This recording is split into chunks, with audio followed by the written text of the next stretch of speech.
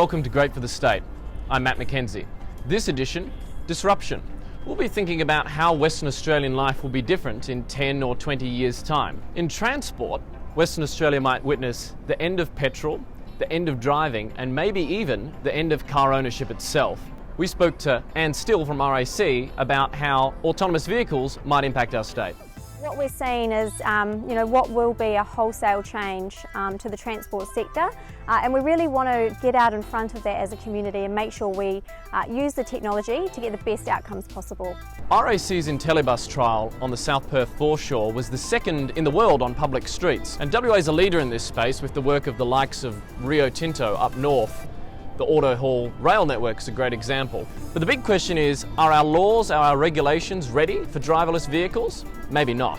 Whereas what we're seeing is we might have an automated driving system and control, and when you look at important pieces of regulation like the road code, driver is mentioned about 988 times.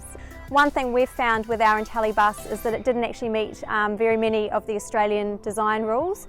One of the questions that it will ask is what side of the vehicle is the steering wheel on, and other questions about brake pedals. We don't have a steering wheel, we don't have any pedal control. The exciting thing about autonomous vehicles is they could be a cure for congestion. No more traffic problems. Maybe even no more need for traffic lights in the long term. But a lot of thought has to go into how we run our transport system to make the best use of this innovation. We could see changes in how the city is planned or designed. We might see changes in terms of how much car parking, which is a multi-billion-dollar industry, how much car parking is provided. There's also changes that could be, and actually benefits that could occur around congestion. But equally, if we don't manage the transition well, we could see congestion spike. So if we have a lot of vehicles empty, cruising around the streets waiting for the next pickup, we could actually see an increase in congestion. It's going to be perhaps similar from the transition from the horse to the car.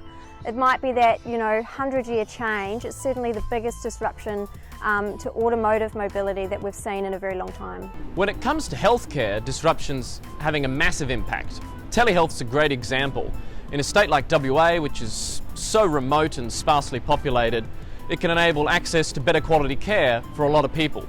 We chatted to Yogesan Kanagasingam, who's been a leader in WA in the adoption of telehealth, about how much impact it can have on our community. WA is a huge state and population is spread around the state, and there aren't any specialists in some of the rural areas, and so that is why telemedicine is very important to bring specialist services to these rural areas. Mr. Kanagasingam said he was inspired to help prevent blindness, and you can do that by screening people, potentially remotely, saving trips to the doctor. If you can do the screening remotely and identify those who are going blind, that's make a big difference to not only for them, also for their family and for the community. So how do you take the power of one or a small number of ophthalmologists and spread it out right across WA cheaply and easily? The answer, it's a miracle: artificial intelligence. So what we have done is we have developed artificial intelligence or deep learning models which actually can apply to retinal images, and you can actually identify those who have severe disease or mild disease or no disease.